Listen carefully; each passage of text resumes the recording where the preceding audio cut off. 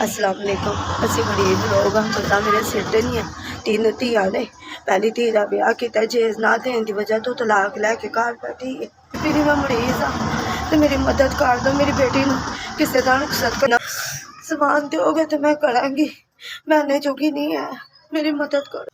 22-23 च भी डेट पाई है, कुड़ी मेरी तंग करती पई, मेरी मदद करो, मेरी धी ब्याही जाए।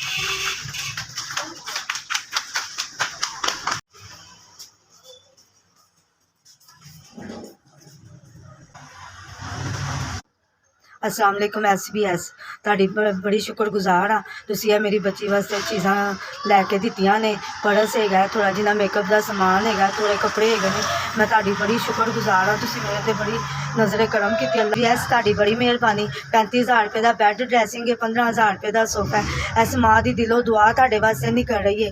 अल्लाह ਤੁਹਾਨੂੰ ढेर ढेर रिज़क देवे ते इस तरह गरीब ਧੀਆਂ ਦੇ ਵਿਆਹ ਤੁਸੀਂ ਕਰਦੇ ਰਹੋ ਤੇ ਉਹਨਾਂ ਦੀਆਂ ਦੁਆਵਾਂ ਲੈਂਦੇ ਰਹੋ। अल्लाह पाक ਤੁਹਾਨੂੰ ਇੰਨਾ ਦੇਵੇ, कामयाबियां देवे, खुशियां देवे। अल्लाह ਤੁਹਾਡੇ ਕਾਰੋਬਾਰ ਵਿੱਚ बरकत अता फरमाए। SBS ਤੁਸੀਂ ਮੇਰੇ ਤੇ बड़ी ਵੱਡੀ 50,000 रुपये की नेकी की है। मैं अपनी मर्जी का बैड ड्रैसिंग ते सोफा लैके आई हाँ। SBS अल्लाह ਤੁਹਾਨੂੰ तरक्कियां देवे, कामयाबी देवे। तुसीं मैनूं मेरी बच्ची वास्ते फर्नीचर भी दिता है, 10,000 रुपये का भी मेरे ते नेकी की। अल्लाह ਤੁਹਾਨੂੰ ढेर ढेर कामयाबियां देवे, अल्लाह ਤੁਹਾਡੇ रिज़्क ਵਿੱਚ बरकत पावे। ਤੁਹਾਡਾ शुक्रगुजार हाँ, तुसीं मेरे ते नेकी की है। मेरी बच्ची वास्ते 10,000 रुपया भी दिता। मेरी दिलों दुआवां ਤੁਹਾਡੇ वास्ते निकल रही ने। अल्लाह ਤੁਹਾਨੂੰ आबाद रखे, खुश रखे, कामयाबियां देवे। अल्लाह ਤੁਹਾਨੂੰ किसी चीज़ की थोड़ ना देवे। अल्लाह इस तरह ही तुसीं मदद करते रहो तो ਤੁਹਾਡੇ कोल किसी चीज़ की कमी ना। अल्लाह ਤੁਹਾਨੂੰ ਇਹਦਾ अजर ढेर ढेर देवे।